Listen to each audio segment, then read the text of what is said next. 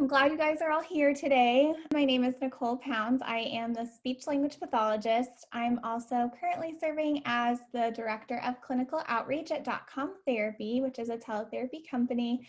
I graduated from Missouri State University in Springfield, Missouri. And initially I provided services on the ground in a brick and mortar school district in person. At a special education preschool, and then I also did some early intervention at that time. In 2016, I joined DotCom Therapy, so I've been providing teletherapy services for about 4.5 years now. I initially got into teletherapy because I just needed more flexibility for my family. My husband and I became foster parents in 2014, and within that first year, had 2 little babies who are biological brothers placed with us. And our oldest son, we've adopted both of those boys now, but our oldest son had a lot of medical issues. And so I was in and out of school a lot, in and out of work. And I was taking a lot of days off because I was in and out of the doctor's office, and we were visiting a lot of specialists that were really far away.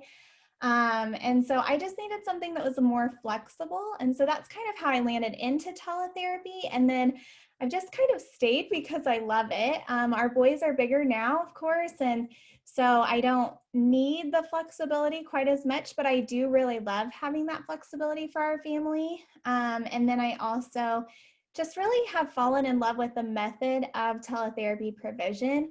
It's certainly not just a second-rate thing. I think sometimes people think that it's, oh, you provide teletherapy if you can't do in-person, but there's so many benefits to teletherapy that are really unique to teletherapy. And so I just really love the provision of teletherapy services and how collaborative it is. And working for DotCom Therapy, I think that DotCom Therapy is just really innovative and just kind of not afraid to break down barriers and kind of push those limits to see what we can do to better increase access to therapy services. And so I just really love it. And I've had a lot of fun doing it. And I hope that this presentation is helpful if you're new to teletherapy, just in providing some foundational skills and basics.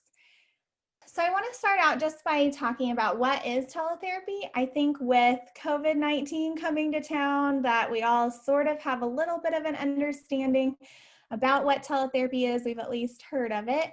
But according to the American Speech and Hearing Association, they define it as the application of telecommunications technology to the delivery of therapy services at a distance by linking clinician to client for assessment, intervention, and/or consultation.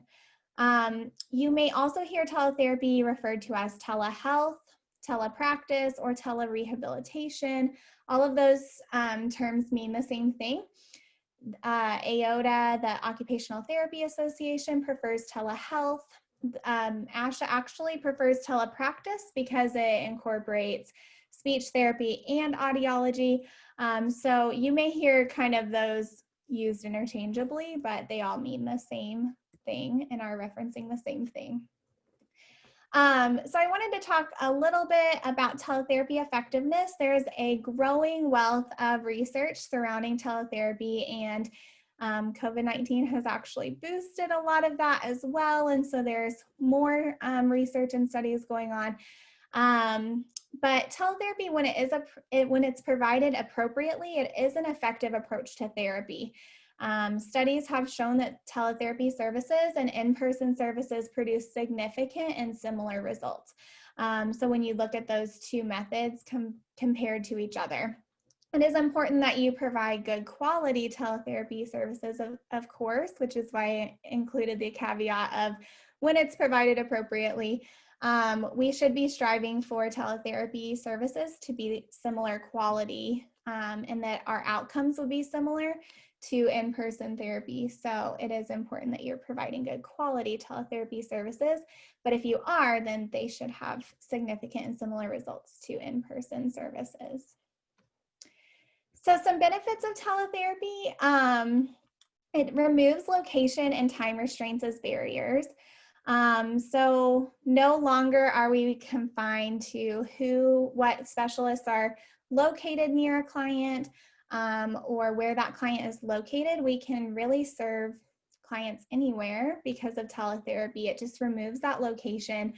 It removes time restraints. So if you have clients that maybe are having to travel a long ways to get to therapy services, they no longer have to do that.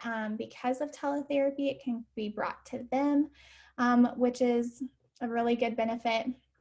From a therapist perspective, it allows you to work from home, and it allows for that flexibility in scheduling. Like I was talking about earlier, that's kind of what drew me to providing teletherapy services, was just being able to work from home. I can toss laundry in between sessions, or kind of prep for dinner, those kinds of things. And just allowing for that flexibility. You're not really constrained to 9 to 5 hours necessarily, which kind of becomes a liability sometimes because you could provide services all the time. So you do have to set up some boundaries, but it does provide a lot of flexibility for the therapist and for the client when it comes to time.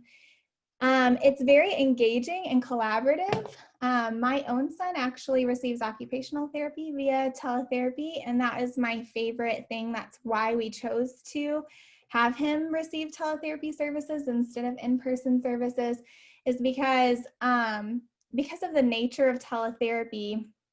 I am, as a parent, really empowered to help him improve his skills even in between therapy sessions, because his occupational therapist has taught me a lot about cueing and prompting him and how to show him how to do things.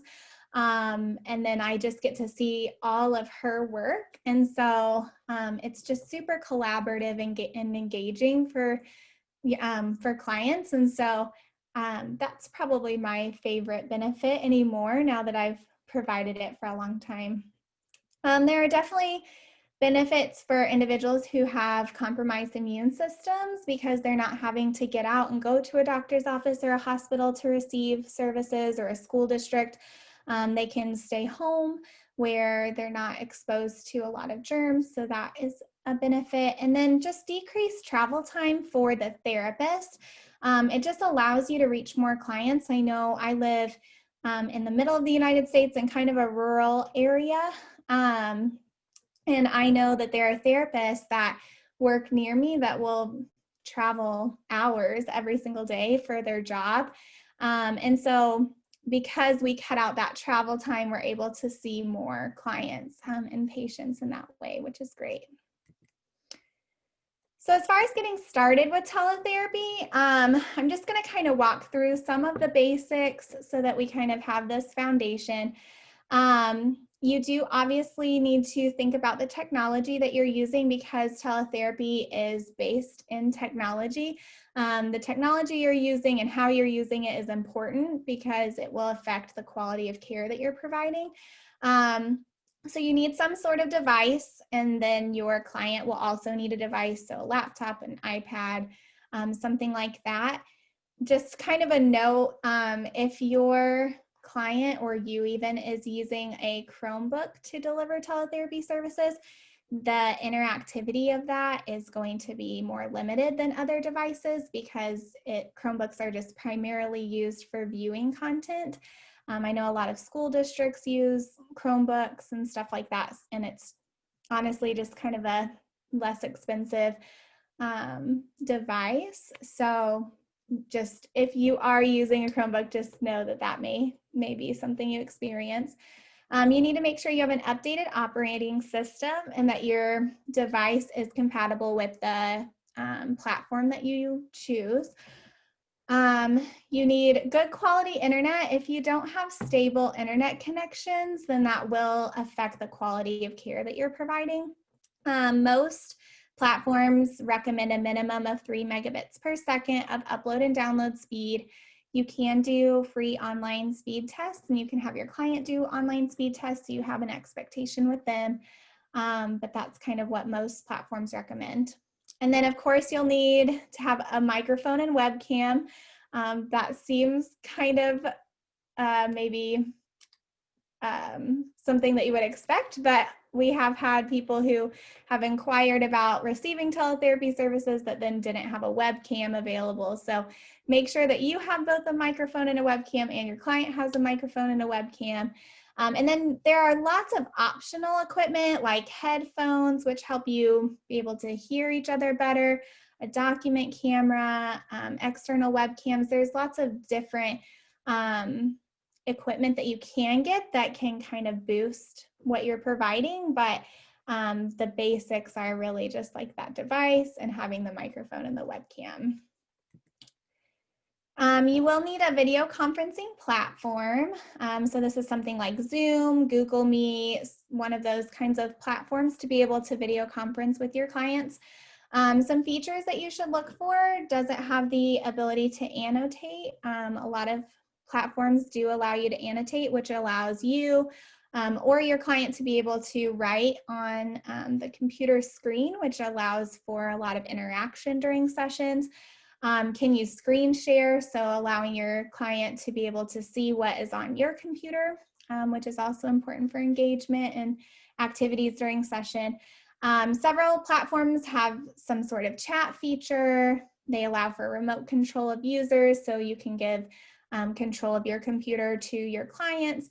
So there's lots of different features to weigh against for different platforms. And then you also need to consider confidentiality and privacy of the platform. And you may need a business associates agreement or something like that in order to get that feature. So make sure that what you're using is a confidential means of providing services. And then you'll need some materials. So there are lots of different materials. One of my favorite things about teletherapy is that really the internet is at your fingertips. And so you do have a lot of things to choose from. So I've just listed on here, digital materials would be anything that you can pull up online. So that may look like educational games or PDFs. There's interactive PDFs, all kinds of digital materials. There's printed materials, so that may be something that you have printed, like printed flashcards or worksheets or anything like that. You can hold those up to the screen still. I read books a lot that way. You can also use like a document camera or something to show those as well. And then manipulatives will be anything that you have on your side of the screen or that the client has on their side of the screen. So sometimes if the client has a board game, maybe that I also have, we'll both get it out and play a board game, or you can have, host show and tell or something like that and have your clients show you things at their house. So there's lots of ways to kind of make that interactive using physical materials that are in your location or in their location. And then of course you'll need an office or a place to provide therapy, and kind of the two biggest things that you'll want to make sure to watch out for is confidentiality again. Make sure that wherever you're providing therapy, other people don't have access to. So you don't want to provide therapy necessarily in like a coffee shop or something like that. You want to make sure that that it's quiet, that it's private, that it's free of distractions, and that you can really provide a confidential session.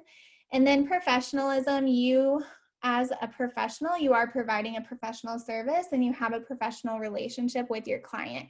And you don't want that to be hindered because of teletherapy.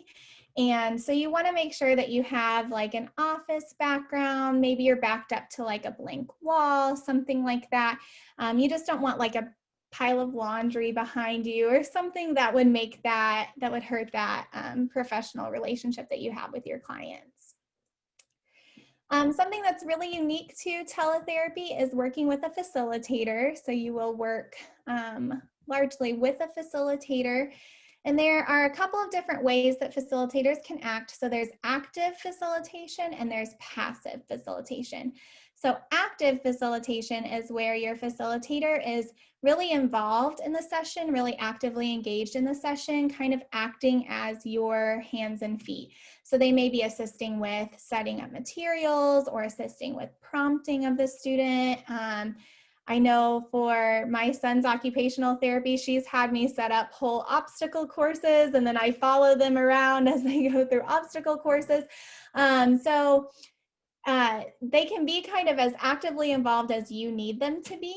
And then there's passive facilitation, which is primarily used for students or clients who are a little bit more independent. Maybe they just need some verbal cueing or visual cueing that you can provide yourself across the screen. So in that case, the facilitator would be there to really help them get logged in.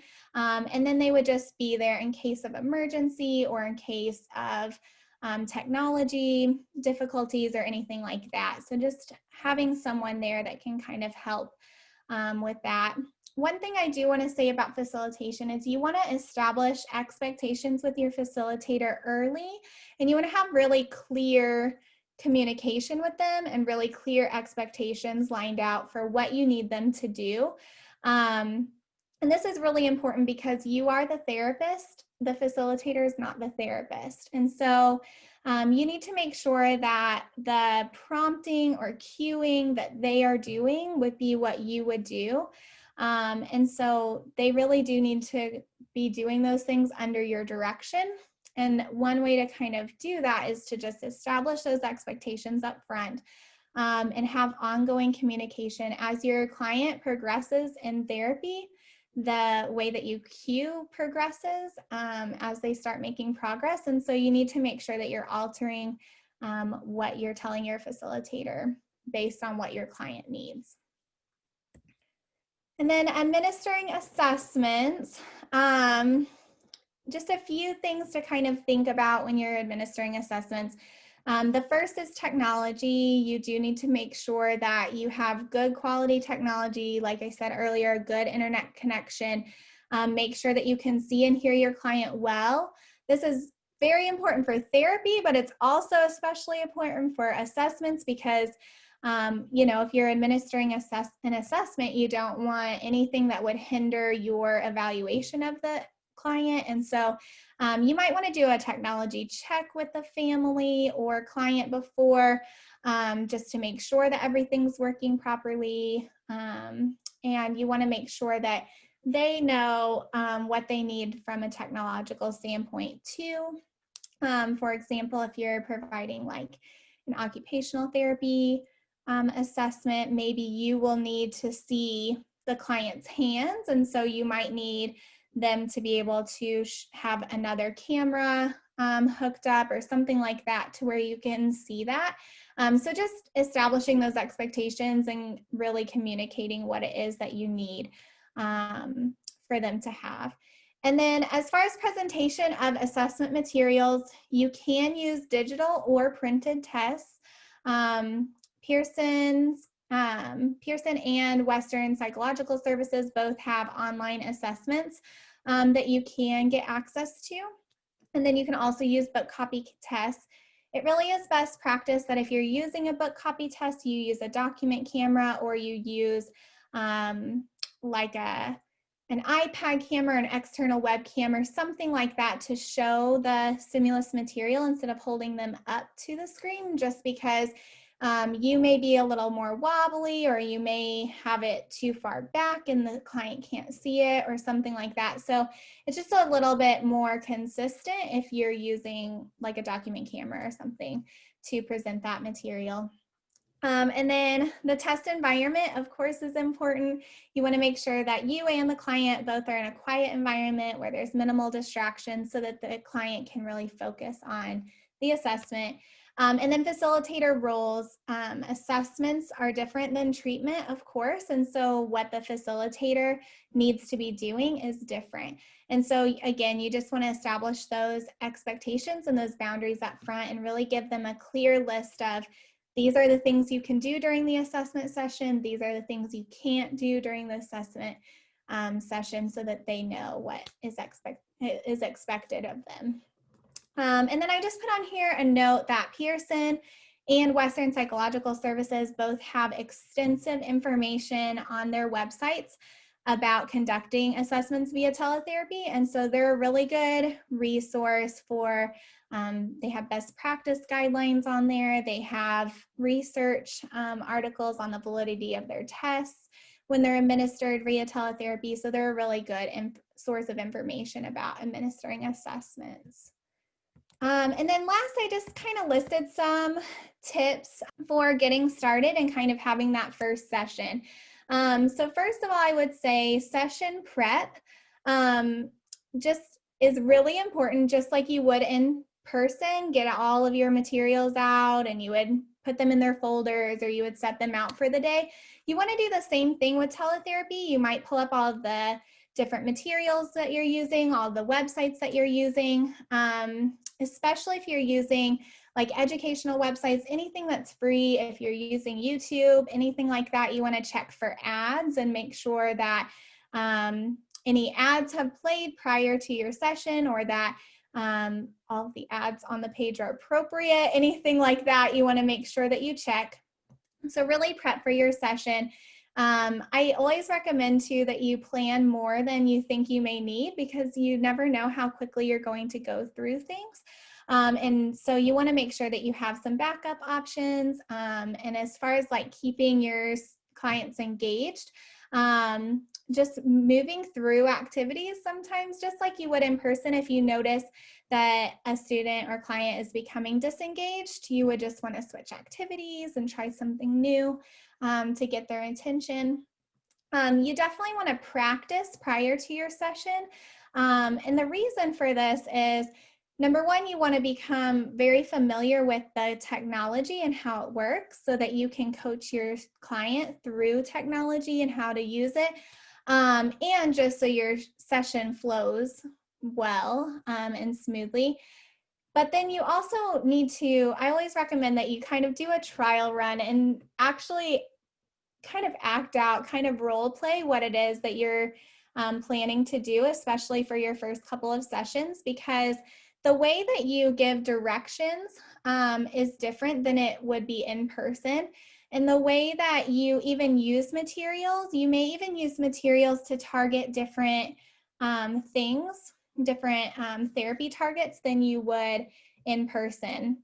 And so really thinking through, okay, if you pull up this PDF, but they can't interact with it, how are you going to use that to still accomplish the therapy targets that you need? And so just really think creatively about what you're using and how you're presenting it to your clients and the directions that you're giving to make sure that all of that is clear and that it all flows well. And then just be flexible. More than likely, something unexpected will happen. We're dealing with technology. We're dealing with people who are in a different room from us. So just kind of have a game plan for what it is that you would do in those situations so that you can kind of anticipate and just know how you would communicate with a facilitator if that's what's needed, or how you could get them back online quickly if that's what's needed. But just be flexible with it and just know that it's okay if something unexpected does happen and just kind of roll with that. And then again, just think creatively about how you're using things and what you're using and have fun. If you are bored providing teletherapy, then your students and clients are going to be bored with your teletherapy, just like in person. So have fun and think creatively and find things that are fun and engaging for your clients. And just be yourself and establish that rapport with your clients just like you would in person. And that can go a really long way. So I just listed kind of on this last slide, if you do need more help, I put our website on here, dotcomtherapy.com. We do offer a teletherapy professional development course. We have a materials database and some teletherapy coaching.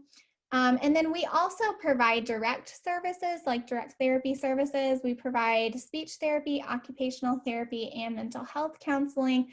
So if you find yourself in a place where you need more support and one of these options works for you or the organization that you're working with, then that may be something that would be a good option, and you're more than welcome to visit our website and reach out to us, and we would be happy to help you learn or support you in any way that you need. So I hope that this was helpful in establishing some of these basics as you get started. And like I said, reach out if you do need more support. But thank you so much for joining me today.